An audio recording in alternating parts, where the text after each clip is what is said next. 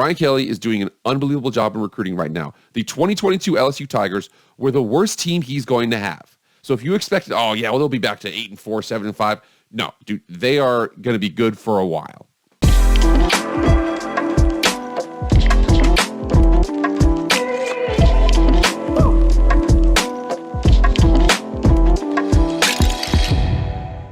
What is up, everybody? It is Jake with Master Football back at it again. Happy Monday. Thank you so much for being here.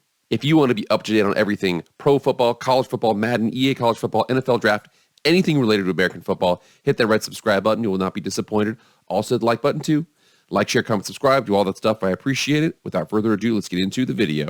All right, guys. Here we are on Monday. We are just before the NFL draft. And again, I love the NFL draft. I am pretty sure, about 99, maybe like 90% sure, I'm going to be live streaming the draft. Anyways, come out there, hang out with me. I know that this is mostly a college football channel as of late, but I'm telling you, the NFL draft is always fun to be involved with. However, I want to talk about spring games because the cool thing right now, we got the NFL draft, we got spring games. There's a bunch of action happening right now around the country. So with college football, there are several teams. And again, I went down to the SEC because I didn't want to go to Alabama, didn't want to go to Georgia, I did go to Georgia in terms of, the spring games. I wanted to go to a team that beat Alabama last year that I am telling you right now, this team is primed. And again, a lot of people, I don't want to say they forgot about this team, but this team is going to make people remember them pretty quick here. So the LSU Tigers, a lot to go over with these guys. I want to talk about their spring game because I'm telling you, Brian Kelly is doing a pretty good job. What we're going to do in this video really quickly here is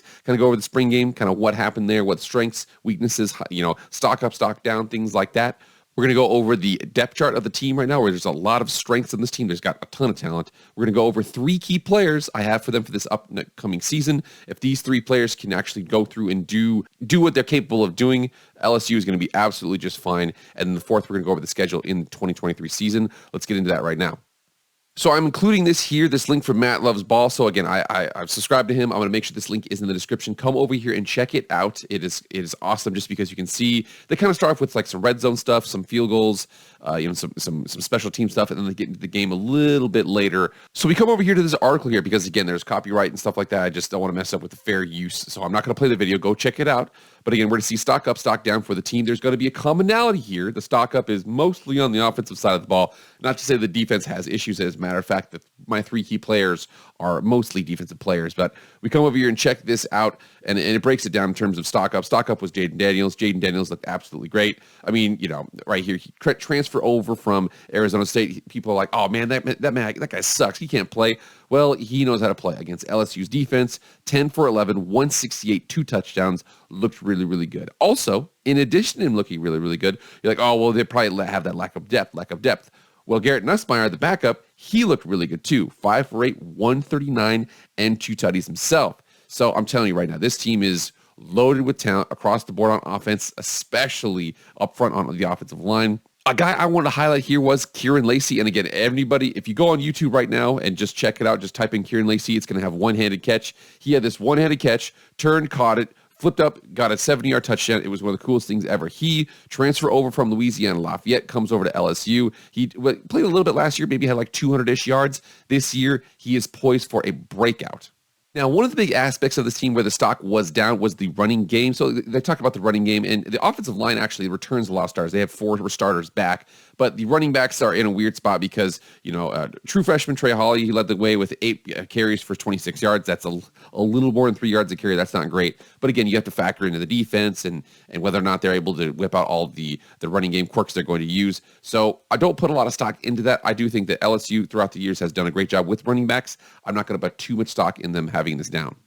Now, one aspect that Brian Kelly, he came out and he was very adamant in his post-game press conference. He was adamant about the lack of depth on the team. So the team has top-end talent for sure. However, you come down here and you see what they played last season. So they get up to a 9-2 start, beat Alabama at home, beat at Arkansas, and then they lose at Texas A&M, and they lose against Georgia. Now, you see the fact that Daniels only had a couple yards there, probably got knocked out of the game. But you also see the fact that the team just kind of wore down. Jaden Daniels isn't a very big guy. They don't have very many bodies out there. I'm not saying that is 100% correlated to them losing these games. But you can see the fact that, towards the end of the season, they trailed off 2 consecutive losses. At Texas A&M is not a loss you should be able to handle. Versus Georgia is. I mean, Georgia in the SEC championship game, they're a bunch of studs. But you see towards the end here, those 2 consecutive losses. I'm telling you, I think that this team, hopefully they can overcome those depth issues. They do not have 85 scholarship guys on the team. And that was one thing that Brian Kelly was really adamant about. But one thing to remember here, okay? Brian Kelly is doing an unbelievable job in recruiting right now. The 2022 LSU Tigers were the worst team he's going to have. So if you expected, they'll be back to 8-4, 7-5. No, dude, they are going to be good for a while. So in addition to several top 15, top 5 classes that they've had before, they are currently number 4 in the 2024 rankings for recruiting. So like I said before, they're going nowhere. Now, I wanted to make sure we could talk about their depth chart here because it's really cool to kind of see this. So you can see the fact that the offense is returning something around 90-ish% of their production. You can see the fact over here, the players who are leaving right here are these groups. There's a couple for the NFL draft, a couple just leaving. So you see the fact the offense doesn't have very many. Defense has a lot. We'll get into the defense here in a second. You see Keyshawn Boutte's gone. Anthony Bradford was a starter at right guard. But you see the fact that, Kieran Lacey is back.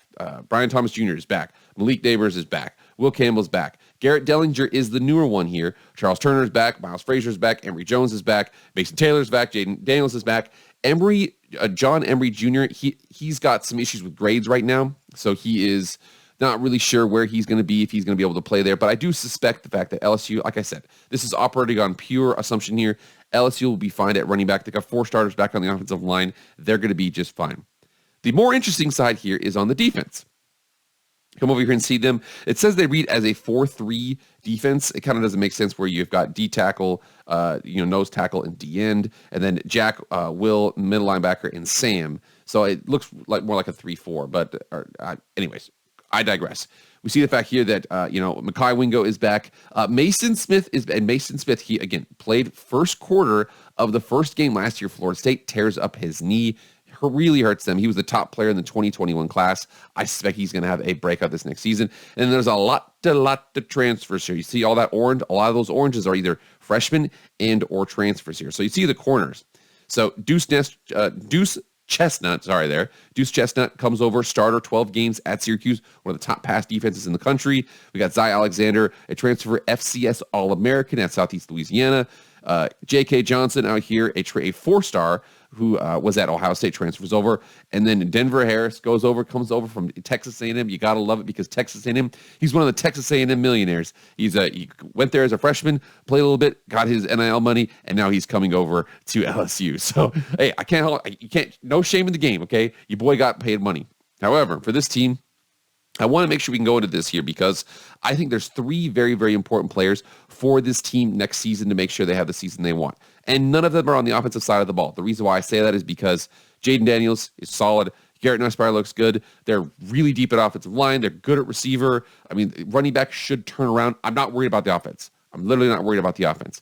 However, the 3 key players are all on defense. Let's get into those guys right now. So the first important player here is Omar Spates, linebacker, transferred over from Oregon State, was a 4-year player there, and now he's going to be coming in. And you see how many transfers they had. They've got so many guys they have to replace there. A middle linebacker comes in. He is going to be directing traffic here and there. I think that a very solid graduate transfer come over like Omar Spates is incredibly important for a team that's got a lot of new faces. Next is Mason Smith. And again, your boy, first of all, if you're a single-digit defensive lineman, you better be saucy, and your boy is good, okay? The number 1 player for this class and one of the top 30 players in the country in the 2021 class. Had a freshman year, sophomore year against Florida State. Boom. First quarter, first game, hurts his knee out. And again, now last year they played Florida State in the Superdome in New Orleans, hard turf. This year they're going to be playing them again. However, they're going to be playing them in Orlando. So they've got some grass to play on. So hopefully get some more grass games for him. He should be just fine. But 6'6", 310. They have to have some, assurances up front. So for Omar, clear some ways. I think Mason Smith is incredibly important. Hopefully he can bounce back from his knee injury.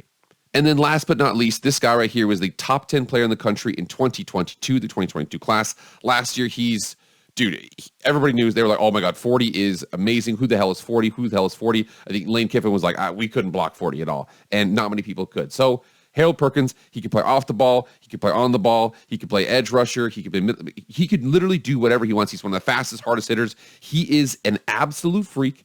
Okay, he's got Micah Parsons written all over him where he's like, you want to be a middle linebacker? Sure. You want to be DN? Sure. You want to be outside linebacker? Sure. He can do it all. He's a freak of nature. He is a freshman All-American last year. He should have been. And he is just, I'm telling you, he is the next great LSU star. Mark my words. So if those three players, Omar Speights, Mason Smith, Harold Perkins, if those three can form a trifecta of doom for offenses out there in the SEC and all the games that they play, this team's going to be fine. Like I said, 90% of the offense returns, 4 offensive linemen back. They've got their quarterback, a bunch of receivers. They're going to be fine over on the offensive side of the field. Defense, a lot of new names, especially out of corner. So if you have some assurances in the inside, make it easier for those guys on the outside. I love it. And you see their 2023 season. So last year was 10-4, had 2 late losses. And again, losing to Georgia in the Georgia Dome when they won the national championship, that's not a big deal. You want to win that game, but you can understand new coach comes in and they don't win the game. At Texas A&M was an inexcusable game to lose. But again, you're at this situation now where, remember, Brian Kelly said he had issues with depth. They're hopefully solving that. They don't quite have 85 scholarship guys yet. Of those scholarships, they've got some dogs. But we come out here and check this out. So Sunday, September 3rd, so here's what they got. They play Florida State in Orlando at a neutral site field. So last year was a neutral site in New Orleans, which is close to LSU. This year it's going to be a neutral site close to Florida State, about 3 hours away. Then they have 6 days later, they play Grambling on Saturday. Then they have at Mississippi State, Arkansas at home, at Ole Miss. I'm telling you, at Ole Miss, that's going to be a really explosive offense. You don't know until it happens. They also had a struggle there last year when they played them as well.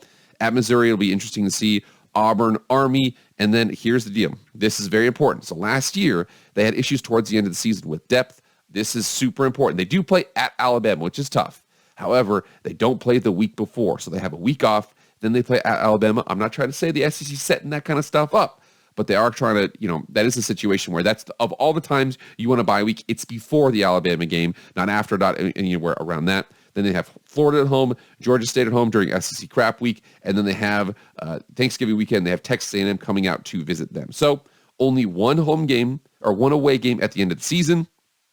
They have Alabama a bye week before. I'm not saying, I'm just saying that like right now, the at Ole Miss and at Alabama and Florida State. So those 3 big games, neutral site week 1, and then we have at the end of September at Ole Miss, and then at the beginning of November at Alabama. Those 3 are really, really important. If they can go 2-1 in those games, this team's going to be threatening for a CFP spot. LSU, their 2022 season. If you guys think, oh, yeah, well, they're going to fall off. They're going to be, no, they're not. Okay, Brian Kelly's worst team was then. They still don't even have 85 scholarship players, and they are absolutely loaded. Mason Smith, Harold Perkins, Omar Speights on defense, a couple of new guys. Again, Omar, he comes over from Oregon State. Mason Smith is a guy who tore his knee up week 1, quarter 1 against Florida State last season, and Harold Perkins is a freakazoid. If those 3, like I said, can form a trifecta of doom for offenses, that's my term there, the trifecta of doom. The LSU offense returns 90% of their players, 90% of their production. They're going to be fine. All right, guys, what do you guys think of LSU? Are you excited about them as I am? I think that, I'm telling you, they're going to be a problem, okay? The Big Ten, I think the Big Ten with the addition of USC and hopefully the development of Penn State and Ohio State, Michigan being solid, those 4 are really, really solid. But man, if LSU comes up, LSU, Alabama, Tennessee, Georgia, the SEC is still on top, man. All right, guys, that's it. Thank you so much for being here. Please like, share, comment, subscribe, do all that stuff. I appreciate it. That's it for me, guys. I'll see you guys later. I am out.